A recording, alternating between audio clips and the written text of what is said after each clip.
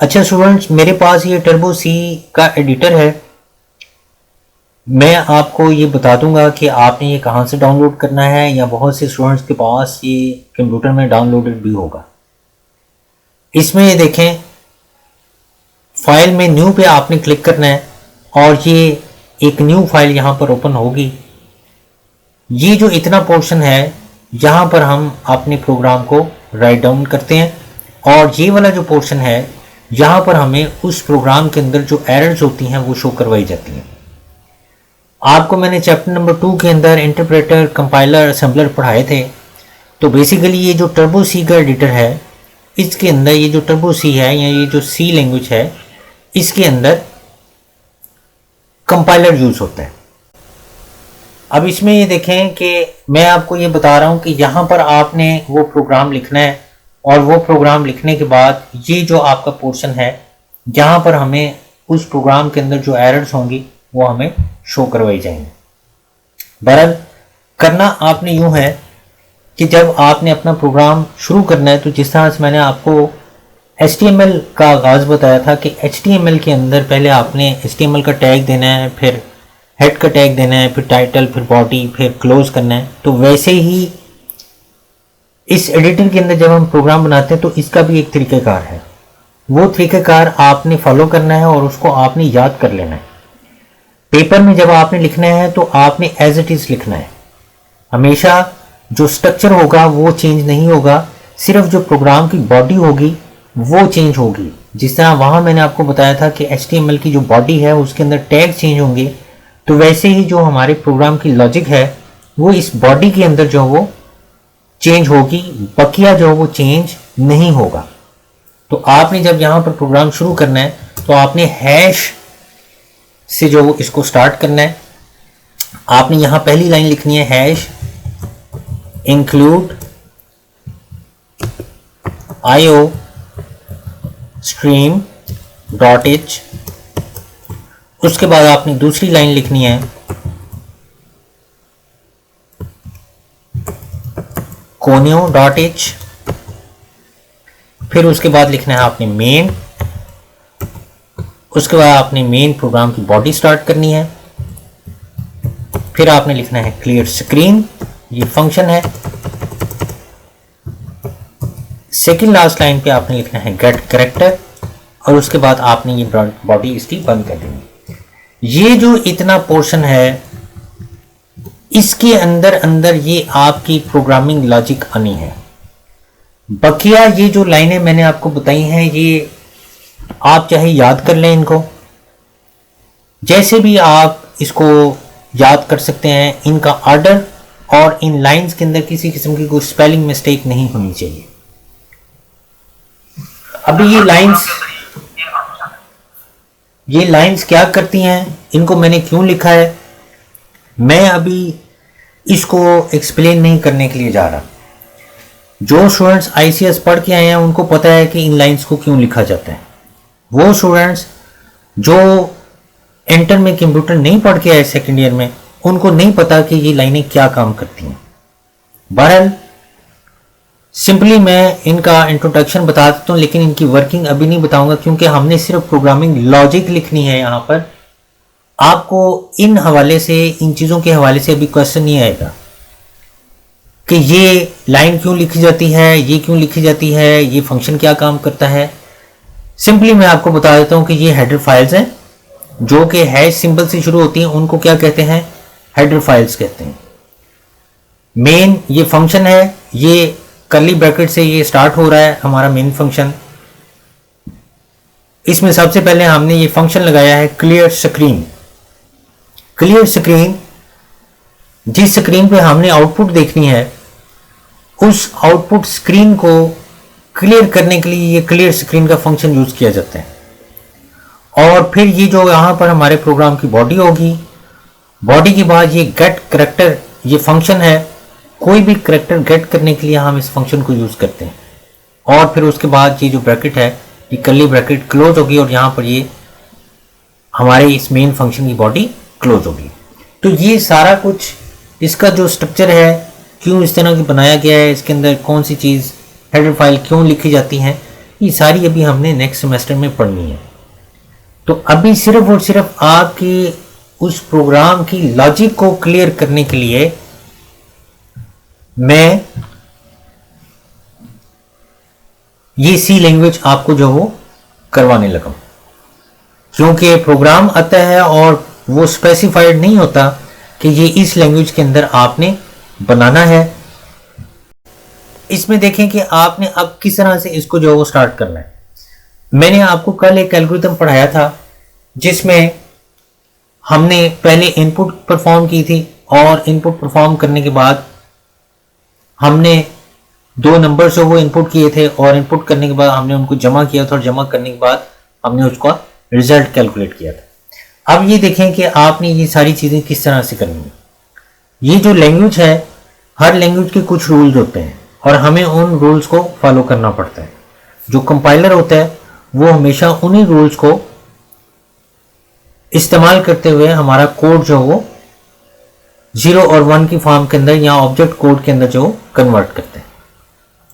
अब मैंने आपको बताया कि ये लाइंस आपने हमेशा लिखनी है।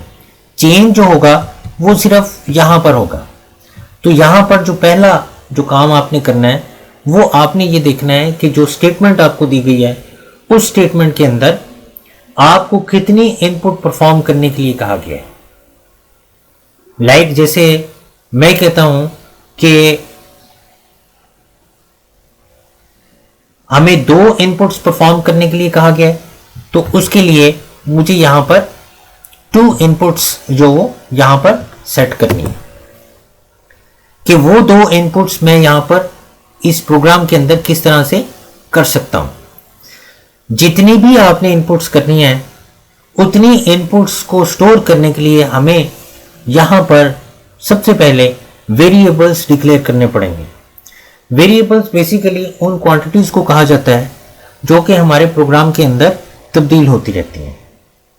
सो वो जो हमने इनपुट परफॉर्म करनी है वो इस प्रोग्राम के अंदर वेरिएबल्स की सूरत के अंदर, वेरिएबल्स के अंदर जो वो स्टोर होंगी। वेरिएबल बेसिकली मैंने आपको बताया कि वो इनपुट्स होती हैं जो कि हमारे प्रोग्राम के अंदर चेंज होती रहती हैं और उन वेरिएबल्स को डिफाइन करने का एक तरीक़ाकार है कि वो आपने किस तरह से डिफाइन करना है। सबसे पहली बात ये कि आपने ये देखना है कि जो आप इनपुट करने जा रहे हैं उस इनपुट की टाइप क्या है। क्या वो जो इनपुट है वो कोई न्यूमेरिक है या वो जो इनपुट है वो कोई टेक्स्ट टाइप है। तो ये चीजें जो वो आपने पहले एग्जामिन कर लेनी है। उस लिहाज से फिर आपने यहां पर वो वेरिएबल्स डिक्लेयर करने हैं। अगर तो उसने कहा कि 2 नंबर्स इनपुट करने हैं फिर तो आपने न्यूमेरिक टाइप की जो यहां पर वेरिएबल डिक्लेयर करने हैं। अगर उसने कहा कि आप अपना नेम जो वो एंटर करें या कुछ और इस तरह की चीजें, तो फिर आपने न्यूमेरिक नहीं बल्कि टेक्स्ट टाइप जो वेरिएबल्स डिक्लेयर करने हैं। तो वेरिएबल्स को डिक्लेयर करने का क्या तरीक़ाकार है, मैं आपको कुछ कीवर्ड्स बता रहा हूं लैंग्वेज में कि अगर आप कोई ऐसा वेरिएबल डिक्लेयर करना चाहते हैं जिसकी वैल्यू न्यूमेरिक हो और उस न्यूमेरिक वैल्यू के अंदर कोई पॉइंट इन्वॉल्व ना हो, तो फिर हम उसकी टाइप रखेंगे इंट। फिर हमारे पास वेरिएबल की टाइप क्या आएगी, इंट आएगी। इंट जो है वो बेसिकली एक ऐसी डेटा टाइप है जो कि न्यूमेरिक वैल्यू को स्टोर करने के लिए इस्तेमाल किया जाता है। सो आपने यहां पर क्या करना है, आपने यहां पर लिखना है इंट और आगे आपने वेरिएबल का नाम डिफाइन कर लेना है। लाइक जिस तरह से हमने कल कहा था कि input A comma B, basically ये जो ए और बी थे ये क्या थे, ये सिंबल्स थे जो कि हमारी इस लैंग्वेज के अंदर आके क्या बन जाएंगे, वेरिएबल्स बन जाएंगे।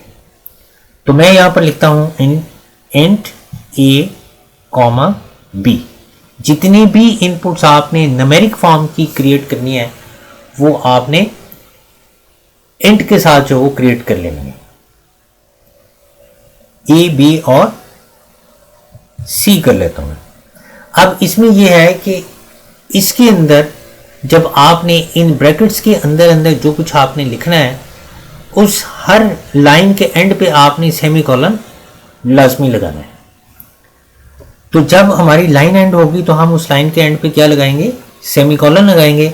सेमीकोलन जो है वो बेसिकली एक टर्मिनेटर के तौर पर इस्तेमाल होता है।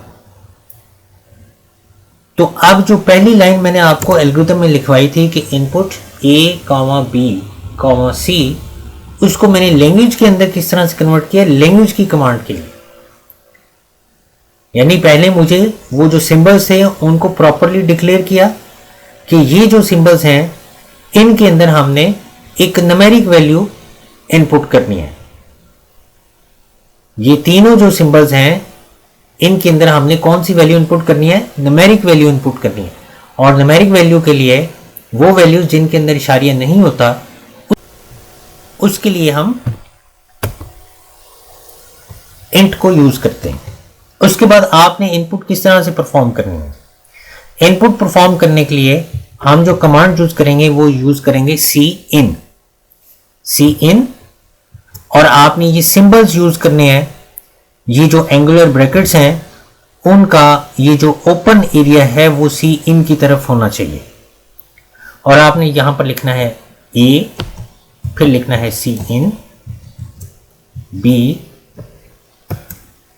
तो ये दोनों नंबर्स के अंदर हमसे इनपुट ली जाएगी जब मैं अपने प्रोग्राम को रन करूंगा।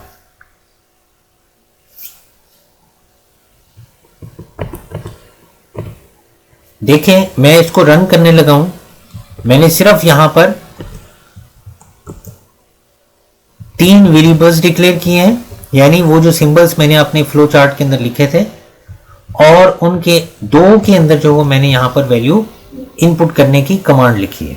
मैं जब भी इनपुट करना चाहूंगा मैं हमेशा cin को यूज करूंगा। cin आपने लिखना है और उसके बाद ये एंगुलर ब्रैकेट्स लगानी है और आगे आपके वेरिएबल का नाम आ जाएगा। फिर इसी तरह से एक वेरिएबल के अंदर इनपुट हो जाएगी, फिर उसके बाद दूसरे के अंदर इनपुट हो जाएगी। आपने इसको रन किस तरह से करना है, देखें आपको यहाँ पर स्क्रीन पे ये लिखा हुआ नजर आ रहा है Alt F9 कंपाइल करने के लिए। यानी ये हमारे पास शॉर्ट की है, तो मैं यहाँ पर Alt F9 जो प्रेस करता हूँ या मैं यहाँ पर Control F9 भी प्रेस कर सकता हूँ। उससे ये होता है कि वो कंपाइल भी करते हैं और साथ ही हमें रिजल्ट भी शो करवा देते हैं। तो अपने प्रोग्राम को कंपाइल करने के लिए मैं Control F9 को मैंने प्रेस किया है, उसने हमारे प्रोग्राम को कंपाइल किया, उसके अंदर कोई गलती नहीं थी। और ये जो हमें ब्लैक कलर की स्क्रीन, आपको जो आपकी स्क्रीन पे नजर आ रही है ब्लैक कलर की स्क्रीन और एक कर्सर ब्लिंक कर रहा है, ये है, इसको कहते हैं कंसोल। ये कंसोल है जहां पर हमें हमारी आउटपुट दिखाई जाएगी। तो अब मैंने यहां पर पहले वैल्यू दी 56 और उसके बाद मैंने वैल्यू दी 78। तो ये दोनों वैल्यूज जो थी, ये 56 ए के अंदर स्टोर उसने कर दी और 78 उसने बी के अंदर स्टोर कर दिए। तो ये मेरा जो प्रोग्राम था, मैंने इतना ही लिखा था कि ये 2 वेरिएबल्स के अंदर इनपुट ले लेना और उसने इनपुट ले ली, बस। अभी इसके अंदर बहुत से ड्रॉबैक्स हैं कि हमें नजर नहीं आ रहा यहां पर हमारी स्क्रीन पे कि हमने क्या करना है। ये तो मुझे पता था ना कि मैंने cin की कमांड यूज की है तो मैंने इनपुट करनी है। तो मैं जो पहली इनपुट करूंगा वो A के अंदर स्टोर होगी और दूसरी इनपुट करूंगा तो वो B के अंदर स्टोर होगी। ये तो मुझे पता था, यहां आपको पता है। लेकिन एक अननोन यूजर जो इस प्रोग्राम को चलाएगा तो वो स्क्रीन एक बिल्कुल ब्लैक स्क्रीन, वो कहेगा मैं यहां पर क्या करूं, क्या मुझे करने के लिए कहा जा रहा है, कुछ भी नहीं, उसको कोई मैसेज ही नहीं मिला। तो इसलिए हमेशा जब भी हम इनपुट करते हैं, हम इनपुट करने से पहले यूजर को एक मैसेज देते हैं कि तुमने ये चीज जो वो इनपुट करनी है।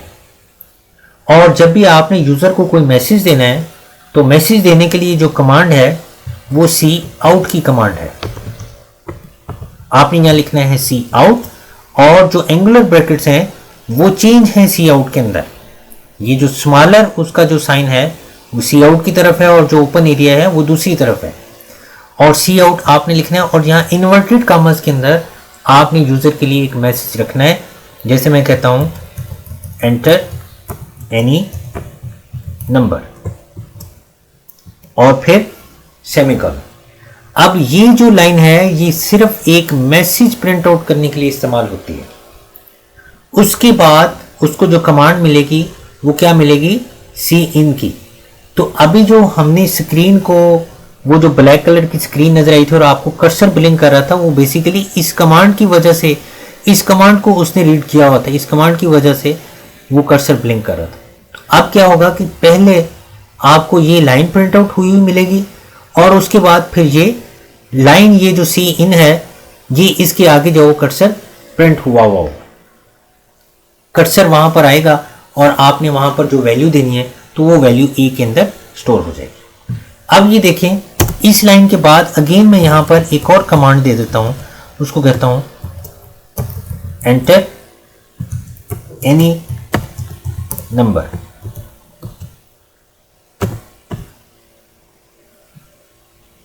और उसके बाद सी इन के अंदर मैंने क्या यहां पर लिखा है, बी, कि बी जो हो, बी के अंदर जो इनपुट ले ली जाए। तो अब सबसे पहले मुझे ये जो टेक्स्ट जो यहां पर मिलना है, उसके बाद फिर उसने इनपुट जो हमें इनपुट की कमांड जो वो उसको बता दी, तो हमारी जो इनपुट है वो एक अंदर स्टोर हो जाएगी। उसके बाद अगली लाइन जो वो ये प्रिंट आउट करेगा और फिर प्रिंट आउट करने के बाद फिर जो इनपुट होगी वो बी के अंदर स्टोर कर दी जाएगी। इसको दोबारा कंपाइल करें और कंपाइल करने के बाद मैंने इसको रन किया तो देखें जो सी आउट की कमांड थी वो ऑलरेडी जो यहाँ पर एग्जीक्यूट हो चुकी हुई है, क्योंकि मैंने आपको बताया कि सी आउट का सिर्फ मकसद यही है कि जो कुछ आप इन्वर्टेड कॉमर्स के अंदर लिखेंगे वो एज इट इज़ यहाँ पर आ जाएगा। उसके अंदर जो मर्जी आप लिख दें, आप अपना नाम लिखेंगे वो नाम यहाँ पर लिख देगा।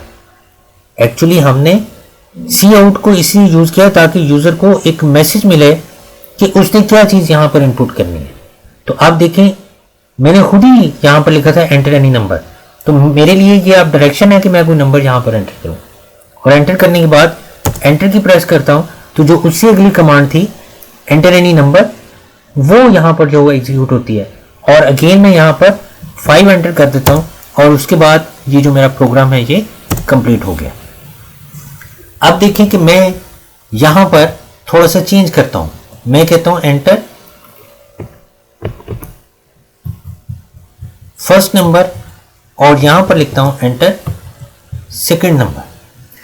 आपको जो मैंने एल्गोरिथम बताया था उसमें इनपुट ए इनपुट बी, या आप यूं भी लिख सकते थे input 2 numbers A and B. तो वो मोस्ट जनरल फॉर्म होती है एल्गोरिथम की। ये जो फॉर्म है ये स्पेसिफिक होती है जब हम लैंग्वेज के अंदर लिखते हैं कि लैंग्वेज की कमांड को जो हमने यूज कर। तो अब ये देखिए, जब मैं इसको रन करता हूं अब वो एंटर फर्स्ट नंबर की जो मुझे हेडिंग दे रहे हैं। इससे आपको पता चल जाना चाहिए कि जो कुछ आप सी आउट के अंदर लिखते हैं वही कुछ जो वो आपको यहां पर नजर आता है। तो मैंने 4 लिखा, सेकंड नंबर आ गया, 6 लिखा और उसके बाद ये मेरा प्रोग्राम बंद हो गया। अब अगला जो काम था वो ये था कि हमने इन दोनों नंबर्स को जमा करना था। तो मैं यहां पर लिखता हूं C = A + B, कि ए और बी दोनों किसके अंदर जमा हो जाएं, सी के अंदर जो इसका रिजल्ट स्टोर हो जाए। और फिर यहां पर सी की वैल्यू को मैंने प्रिंट आउट करना है। तो मैं यहां पर क्या लिखता हूं, सी आउट, यहां अगेन मैं मैसेज दूंगा सम ऑफ 2 नंबर्स, और उसके बाद सिंपली आपने सी लिख देना है, तो सी की वैल्यू प्रिंट आउट कर दी जाएगी। देखिए सी आउट के अंदर अगर आप इन्वर्टेड कॉमर्स में लिखते हैं तो जो हमारा टेक्स्ट है वो वहां पर एज इट इज आएगा। अगर आप किसी सिंबल की जो कैलकुलेटेड वैल्यू है उसको लिखना चाहते हैं तो फिर हम उस वेरिएबल को बगैर इन्वर्टेड कॉमर्स के लिखेंगे। ये लैंग्वेज के रूल्स हैं। तो मैं इसको रन करता हूं।